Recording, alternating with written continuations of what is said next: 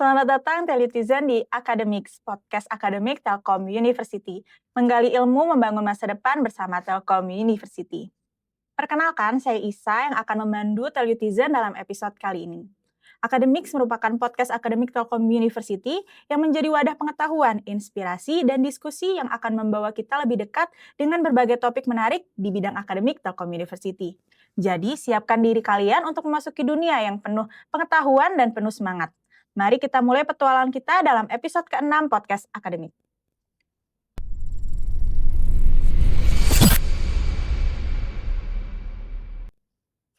Jadi pada episode kali ini kita akan bahas salah satu mata kuliah yang paling seru dan menantang nih di Telkom University. Ada yang tahu mata kuliahnya apa? Oke, jadi mata kuliah yang akan kita bahas kali ini adalah mata kuliah kewirausahaan. Nah, melalui mata kuliah ini, mahasiswa diajak untuk tidak hanya memahami teori, tapi juga langsung praktik membuat ide bisnis, lalu mempresentasikan, bahkan sampai melakukan penjualan. Gimana? Seru banget ya? Oke, nah mungkin juga Telutizen pernah dengar ya, ayo mulai usaha sejak kuliah. Tapi sering muncul pertanyaan nih, gimana ya caranya untuk memulai bisnis dari awal itu seperti apa? Apakah perlu modal besar atau bagaimana mata kuliah kewirausahaan ini sebenarnya bisa mendorong mahasiswa untuk mulai bertindak? Nah, jadi tenang aja, di episode kali ini kita akan bahas semuanya dan juga tentunya di sini kita sudah ada narasumber yang sangat-sangat luar biasa yang sudah paham nih tentang kewirausahaan. Oke, jadi mari kita sambut narasumber pertama kita, ada Ibu Dr. Bethany Suryawardani selaku Kepala Urusan Pengembangan MKWK dan MKWU di unit BPA Telkom University. Selamat pagi Ibu. Selamat pagi Mbak Isa. Gimana Bu kabarnya, baik? Alhamdulillah baik Mbak. Alhamdulillah, oke. Dan narasumber kedua kita ada Bapak Dr. Raden Adrian Aryatin selaku dosen koordinator Universitas Mata Kuliah Kewirausahaan. Selamat pagi Bapak. Pagi. Sehat Bapak? Silakan boleh. Halo. Nah ini jadi ada dua narasumber kita ya, pastinya seru banget nih. Oke, mungkin pertama nih ya Ibu dan Bapak, kan kita sering dengar ya mata kuliah kewirausahaan dan itu kan salah satu mata kuliah wajib di universitas. Tapi mungkin banyak juga nih Telutizen yang belum tahu secara jelas sebenarnya mata kuliah kewirausahaan itu tuh seperti apa gitu. Apakah cuman ya sudah mata kuliah biasa aja atau bagaimana? Oke. Jadi Saya mungkin ya mata kuliah kewirausahaan tuh ya satu mata kuliah yang mengajarkan bagaimana mengelola kreativitas, inovasi, udah gitu ditambahkan nilai untuk mengelola si bisnis itu untuk jadi bisa menghasilkan, bisa ya belajar bisnis lah, kira-kira begitu ya, mahasiswa gitu, untuk mahasiswa. Kalau dari Bu Tata? Kalau mata kuliah kewirausahaan ini merupakan bagian dari mata kuliah wajib umum ya di Universitas TELU gitu, karena dilihat dari visinya TELU sendiri adalah menjadi entrepreneurial university. Nah itu maka mata kuliah ini, kewirausahaan ini wajib ada gitu ya di setiap kurikulum di semua program studi di TELU seperti itu. Oke Bu, berarti mata kuliah ini kan wajib ya, tidak hanya terpaku untuk di prodi ekonomi dan bisnis gitu ya, tapi juga ada dari beberapa dari berbagai prodi lain gitu di universitas. Nah, kalau misalkan prodi kalau dari non prodi bisnis gitu Bu ya, itu diambil juga mata kuliah kewirausahaan, tapi bagaimana konsepnya gitu? Maksudnya apakah menjualnya juga sama atau kan ada yang misalkan dari ilmu kreatif ya Bu, ada dari seni. Nah, gimana tuh mereka melakukan kewirausahaan itu gitu loh Pak, Bu? Mungkin. Oke. Kalau dari mata kuliah KWU atau kewirausahaan itu sendiri sebenarnya untuk ini kan di kurikulum diharapkannya itu di tingkat akhir ya Mbak ya, yaitu di tingkat 2 dan 3 gitu, di semester 5 sampai dengan semester 7 biasanya mata kuliahnya. Tapi ini kan ada itu untuk arahan di kurikulum 2024. Nah, nanti di situ diharapkan gitu ya setelah di akhir tingkat ini supaya mereka sudah punya dulu nih pemahaman dari mata kuliah yang prodinya gitu ya. Kemudian nanti di tingkat akhir mereka bisa mengimplementasikan misalnya ide bisnis sesuai dengan prodi masing-masing. Jadi biasanya setiap prodi itu punya kekhasan ya Iya, dalam betul. hal ide bisnisnya gitu Mbak. Jadi tidak hanya fokus ke food and beverage aja gitu, tapi sesuai dengan prodi masing-masing di setiap fakultas seperti itu. Berarti kita bisa menimbulkan kali ya, memunculkan gitu maksudnya jiwa entrepreneur. Mungkin mereka sekarang belum tentu mereka ngerasa pengen kayaknya saya nggak ada deh minat di wirausaha kayak gitu, tapi di mata kuliah ini kita bisa jadi dibangun gitu, betul. Iya. Jadi dibelajar, jadi ada interestnya gitu loh Pak. Ya, betul. Belajar sejak mahasiswa lah ya. Iya benar. Berarti kalau misalnya dari Bapak sendiri nih sebagai dosen koordinator, sebenarnya apa sih Pak yang mau dicapai dari pembelajaran KWU di TELU ini? Sebenarnya yang ingin dicapai ya mereka punya entrepreneurship ya.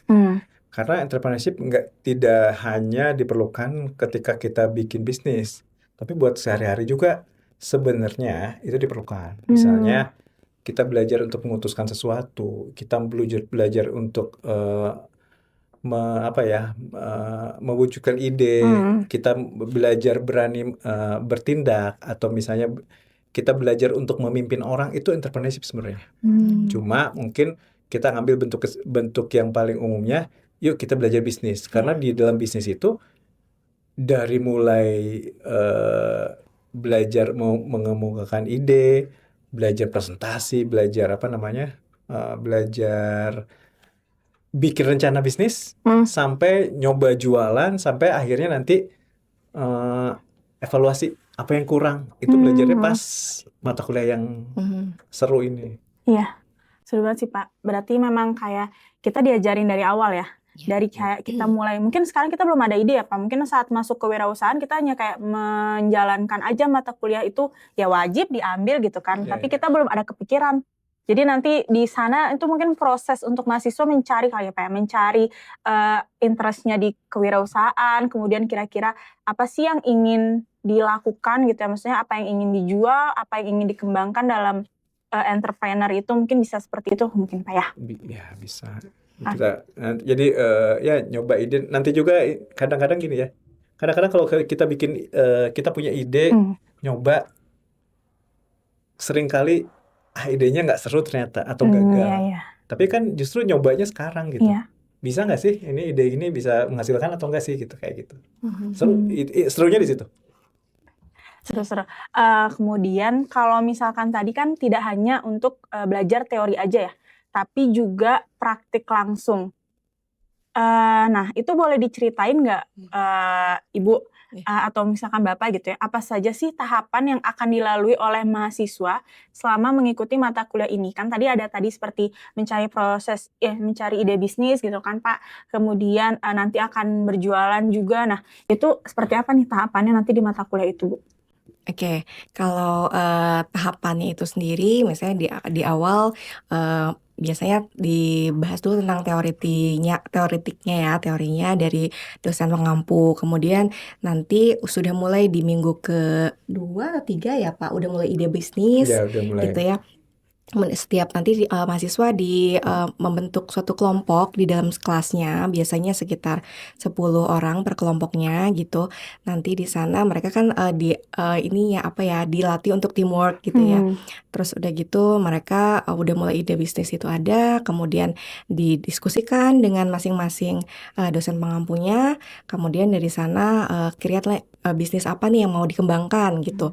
Kemudian nanti ada proses pitching ya. Pitching ini semacam mempromosikan ide bisnis dari masing-masing kelompok gitu ya ke investor. Realnya memang ke investor. Nanti kita ada simulasi presentasi ke investor seperti apa, itu nanti oleh dosen pengampu. Nanti kan ada dari TELU sendiri ada menyerahkan modal tertentu gitu ya ke masing-masing kelompok ini sebagai modal usaha mereka. Setelah itu nanti sudah pada saat pitching itu selesai prosesnya gitu ya. Kemudian ada ketentuan berapa modal yang akan diberikan, kemudian sharing profit, sharing loss-nya ada. Kemudian nanti dari sana mereka akan isi berita acara semacam itulah, form berita acara itu kontrak lah ya dengan BPA gitu ya, dan juga investor dalam hal ini PDA gitu. Kemudian setelah itu nanti ada proses periode penjualan gitu ya. Biasanya di sekitar week 9 sampai dengan week 15. Setelah itu dievaluasi itu setiap minggunya sama dosen pengampu gitu. Gimana nih progres penjualannya, apa kendalanya dan sebagainya didiskusikan. Setelah itu ada proses pelaporan dan pengevaluasi dari bisnisnya gitu. Itu sih gambaran secara garis besarnya. Sebenarnya kalau dibilang cukup panjang mungkin tapi padat gitu ya Bu. Sama saya selama 1 semester berarti mereka juga berjualan, terus mereka akan mencari investor tadi dalam pitching itu. Nah kemudian nih mungkin kalau misalkan dari Bapak ya selaku dosen, sebenarnya ide apa sih Pak yang kira-kiranya harapan Bapak muncul gitu dari mahasiswa itu seperti apa gitu? Ide yang seperti apa atau mungkin entrepreneur yang ingin seperti apa gitu yang Bapak harapkan dari mahasiswa ini? Harapannya apapun bisnisnya ya, apapun bisnisnya dia itu bisa menjawab atau jadi solusi dari sebuah problem. Jadi jangan sampai, boleh-boleh aja sih kalau misalnya contohnya gini, saya senang masak, terus masakan saya enak, udah gitu saya coba mau jual gitu kan. Tapi kayaknya akan lebih apa ya, lebih gede bobotnya ketika kita tuh punya produk itu untuk menjawab satu problem. Misalnya di daerah ini jualan minuman banyak tapi nggak ada jualan masakan nih. Saya bisa di situ karena orang butuh masakan. Nah itu kan problem nih, atau ada problem atau ada needs di situ, dan ada peluang nih sini. Ya udah kita jualan gitu. Jadi bukan serta-merta saya bisa, saya senang, saya bikin, tapi orang butuh, orang perlu, ya udah saya bikin gitu. Itu bobotnya pasti lebih tinggi apapun bentuk bisnisnya. Tapi Bapak mengarahkan mahasiswa ini seperti apa Pak? Misalkan kan kayak tadi ya, kita ikut mata kuliah kewirausahaan itu bisa aja yang hanya memenuhi kewajiban karena mata kuliah wajib, belum tentu interest gitu. Bapak mengarahkan di kelas itu bagaimana nih agar mahasiswa itu ada interestnya, jadi bukan hanya untuk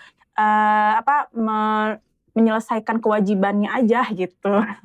Bagaimana supaya mereka tertarik gitu ya? Betul. Sebenarnya ya sebagian memang ada yang senang, sebagian lagi memang ya kita tidak menutup mata bahwa mereka juga hanya melakukan kewajiban saja gitu buat ini tugas. Tapi ya nggak apa-apa, kita coba dulu gitu, kita coba dulu. Mungkin ketika mereka punya ide, kan idenya berkelompok tuh, punya ide si A, si B, si C punya ide, udah itu kita coba. Bisa jadi idenya berhasil atau tidak, mereka kan ketahuan pas pertama dia punya ide, kedua idenya dipresentasikan. Presentasikan tadi. Betul, kata tadi pitching. Jadi ke investor. Si investornya kan yang punya uangnya. Tertarik nggak? Kalau misalnya tertarik kan berarti idenya cukup bagus tuh. Nanti langkah selanjutnya ketika dijual, orang mau beli nggak? Kalau misalnya orang mau beli berarti kan idenya udah bagus dan diterima orang. Nanti sisanya tinggal evaluasi mana yang kurang, mana yang harus ditambah, mana yang harus dipertahankan, kayak gitu. Nanti biasanya sih pada tahap itu juga orang mulai ternyata bisa ya, oh ternyata menyenangkan ya. Itu biasanya di situ, biasanya ketika udah nyoba. Berarti tadi setelah proses ya, bukan hanya proses bisnisnya aja ya Pak, bukan hanya tadi mencari idenya aja, tapi cash flow-nya juga mungkin ya. Maksudnya untuk menghitung HPP kan biasanya kan bingung ya Bu ya, kayak gimana. Mereka belajar gimana sih nanti cara HPP atau COGS ngitungnya gimana, terus harga jualnya berapa yang emang pantas dan orang mau beli. Di awal sih target marketnya siapa dulu, siapa yang mau beli, udah gitu cara ininya gimana, menghitung HPP-nya gimana, cara menghitung harga jualnya gimana. Nanti harus punya uang untuk operasional apa aja yang mau nggak mau harus ada. Atau misalnya nanti kita pengen ini itu pengembangan produk mana duluan nih yang harus dilakukan. Ya, jangan-jangan uangnya cuma sedikit tapi pengennya banyak Ada deh. gitu ya. Mana duluan nih yang prioritas. Oh iya. Jangan sampai mengganggu operasional. Betul Pak. Nah itu kan juga mungkin banyak mahasiswa yang nggak tahu ya, mungkin hanya difikirkannya mungkin apalagi mahasiswa baru ya Bu, yang belum tahu tentang kewirausahaan tuh mungkin ya hanya segitu aja, hanya teori saja, tapi tidak sampai ke tahap yang seperti itu mungkin gitu. Nah tadi kan Ibu terkait dengan investor ya, kita presentasi ke investor tadi, pitching tadi.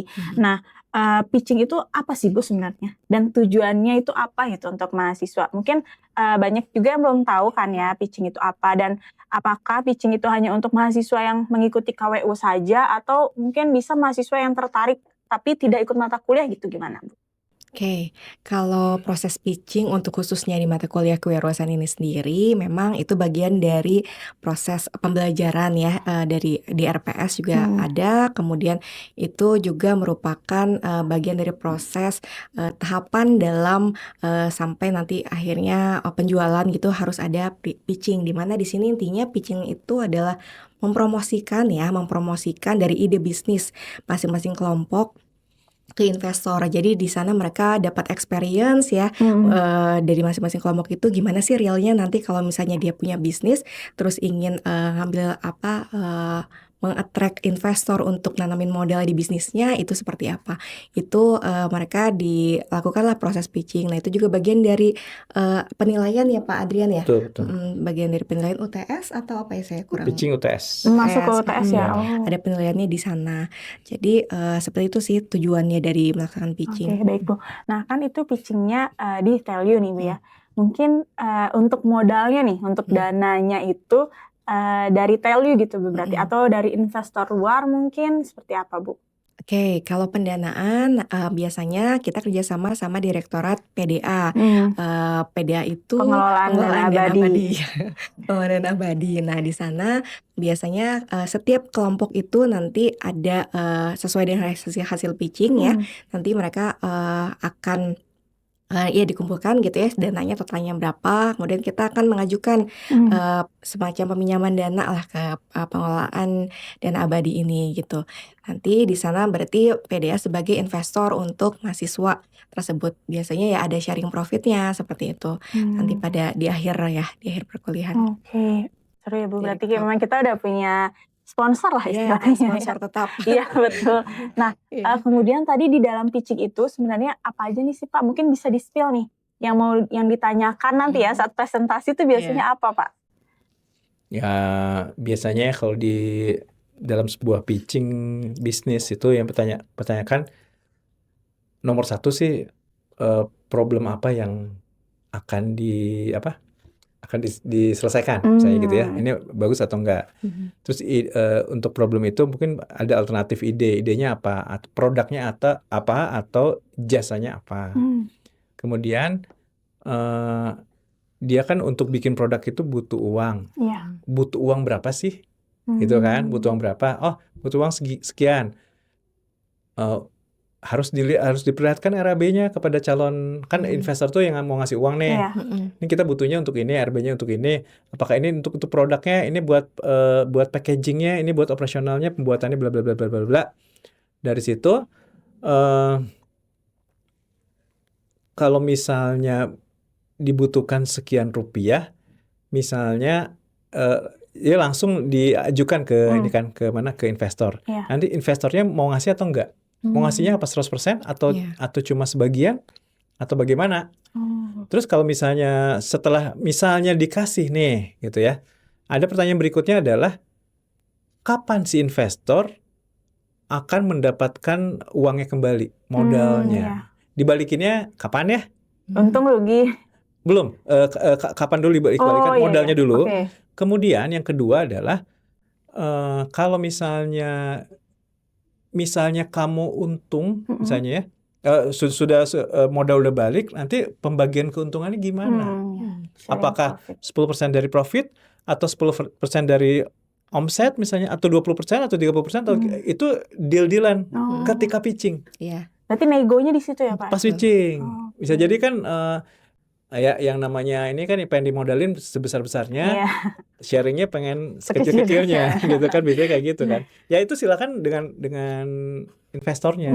Kebetulan investornya ini ya Ya, PDA. dosen Oh, investornya dosen pengampu, tapi yang bukan mengampu di mata kuliah Oh, Ya. berarti kalau tersebut misalkan gitu ya. diajar sama Bapak berarti nanti teachingnya harus orang sama lain, dosen yang betul, lain. orang lain betul.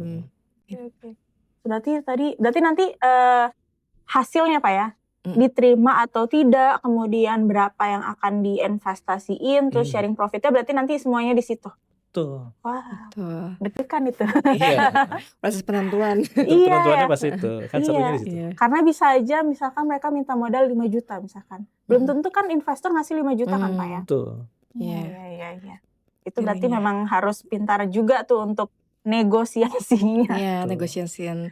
negotiation skill-nya ya. Iya, Iya. banyak ya. Dari leadership mungkin ada kan pasti ada ketua kelompok kan Pak ya. Ada. Kemudian biasanya tadi ada Teamwork, teamworknya, ada kemudian tadi negotiation negosiasi. skill, Banyak ya, berarti presentation nggak skill. hanya terkait dengan kamu bisa jualan nggak? Bukan kayak gitu aja kan berarti ya. Iya. Betul. Iya.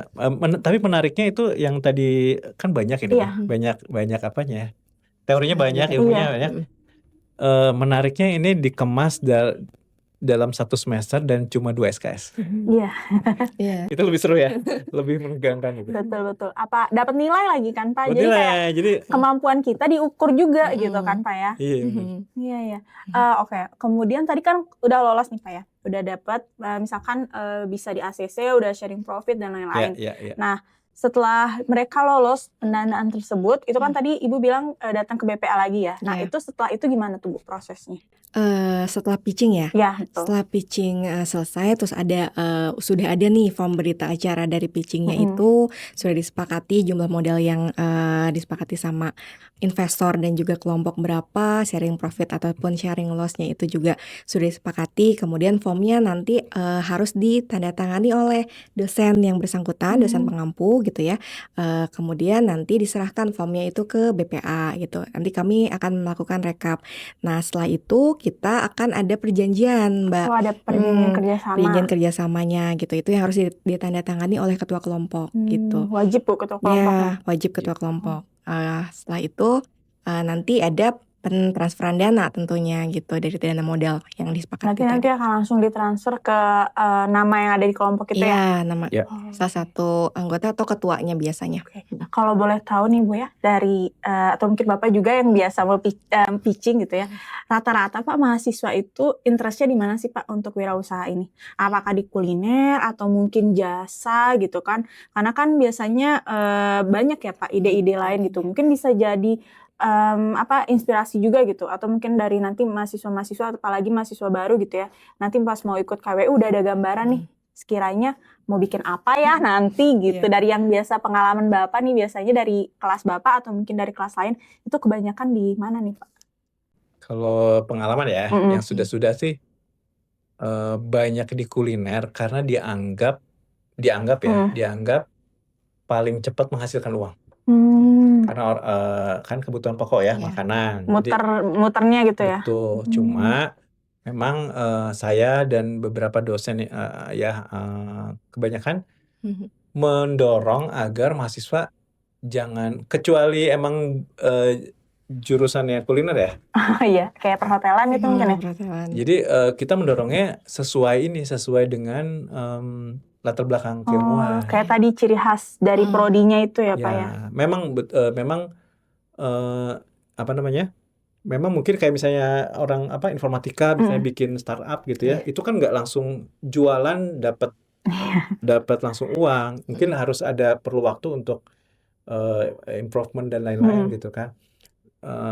Mungkin ada perlu waktu, tapi di situ nanti mereka pun nanti tidak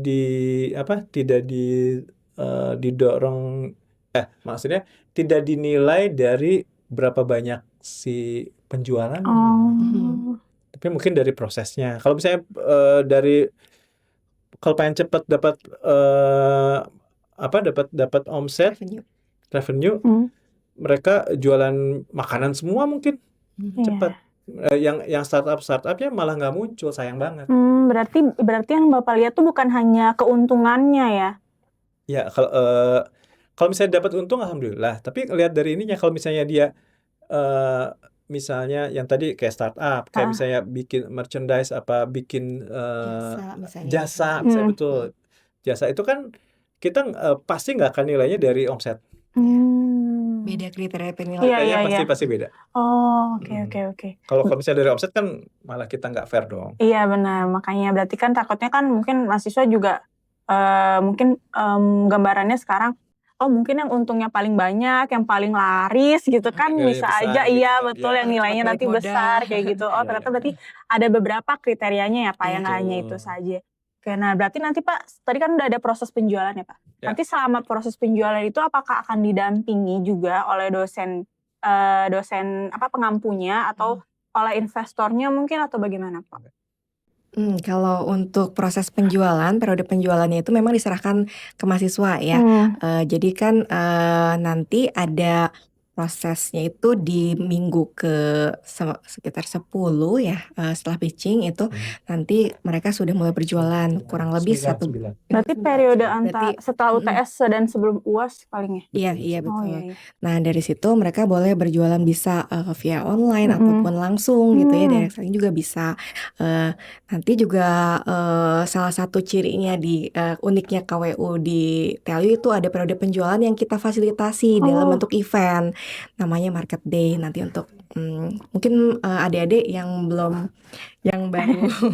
Baru masuk. TLU gitu ya, nanti tunggu ya acara Market Day-nya seru. Pokoknya itu insya Allah kita akan laksanakan di Desember awal seperti itu. Minggu 12. Berarti itu seluruh mahasiswa yang ikut kewirausahaan ya Bu ya? Iya, Ya. seluruhnya. Nanti itu kira-kira berapa hari Bu? Kalau dari koordinasi kami ini ya, udah ada nih pembentukan tim panitiaannya, spill dikit aja ya. Jadi pelaksanaannya untuk tahun ini tuh kemungkinan akan 2 hari gitu, 2 hari. Kemudian nanti ada ya bazar ya, ada periode penjualnya itu ada stand-stand gitu ya, yang akan nanti ada kategorinya, kategori yang Kuliner. F&B gitu dan yang non F&B gitu. Ya. Dan juga ada ini ya Pak, presentasi untuk yang non kuliner itu nanti kami mengundang industri rencananya ya. Jadi mereka bisa memperlihatkan karyanya mereka gitu di sana. Berarti nanti itu event puncaknya gitu ya Bu ya? Ya. Ya, berarti itu di minggu-minggu terakhir mungkin Bu ya? Iya, di minggu ke-12.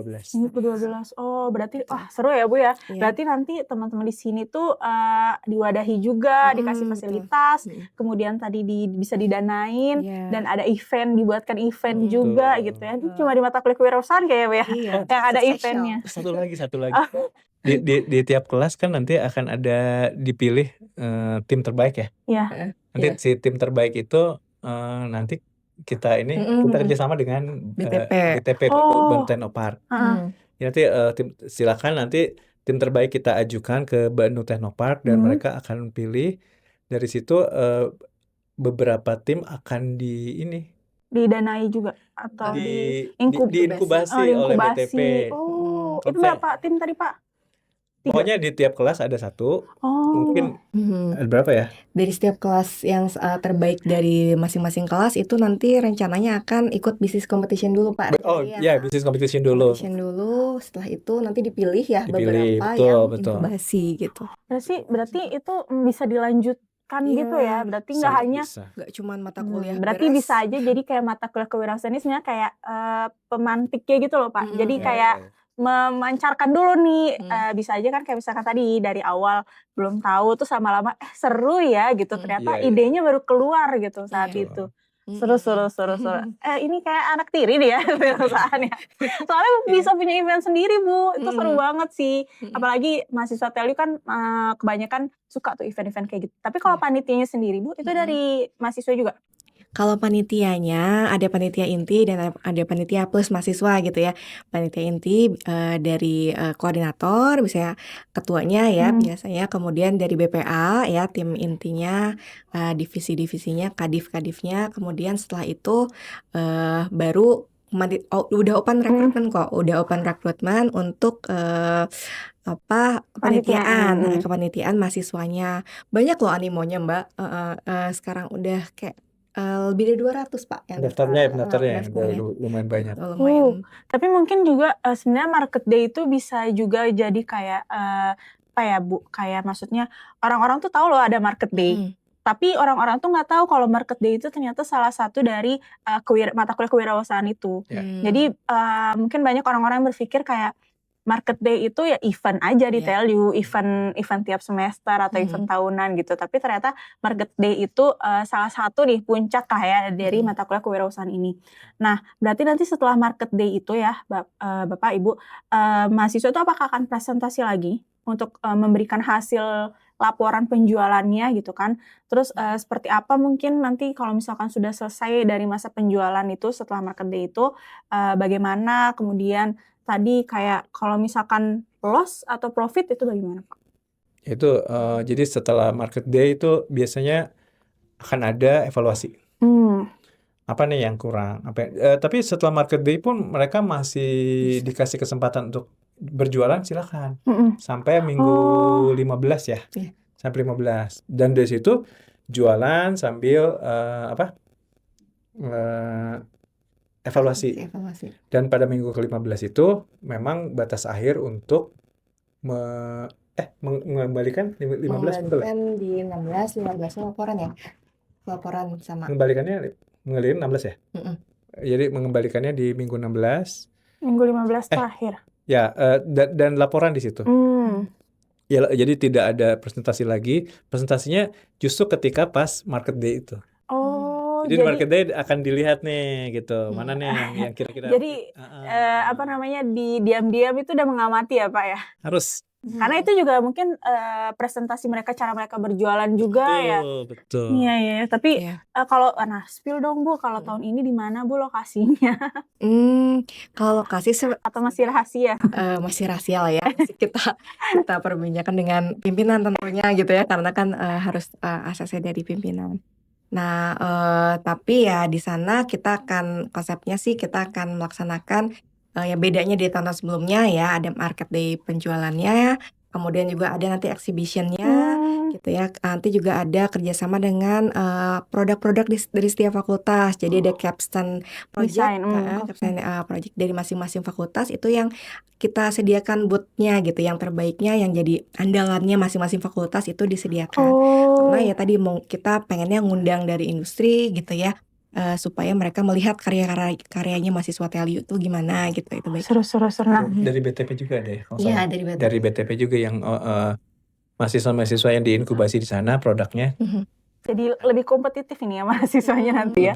Lebih harusnya insya Allah lebih lengkap. Iya betul, dan harusnya juga lebih mengeluarkan idenya sih. Jadi kan biasanya mungkin dulu itu mungkin pas zaman saya ya Bu, pas zaman saya mungkin kayak kita kewirausahaan kayak disuruh jualan ya udahlah yang gampang aja gitu kan, yang penting nilainya keluar. Tapi kalau dengan tadi ya, dengan prosesnya banyak dan kerjasamanya juga banyak, seharusnya mahasiswa juga lebih kreatif sih Pak ya, bisa mengeluarkan, jadi nggak hanya sekedar mau jualan cireng aja lah gitu kan. Tapi cireng itu dikemas dalam seperti apa gitu kan bisa aja cireng dalamnya mozzarella dan lain-lain gitu kan Pak ya.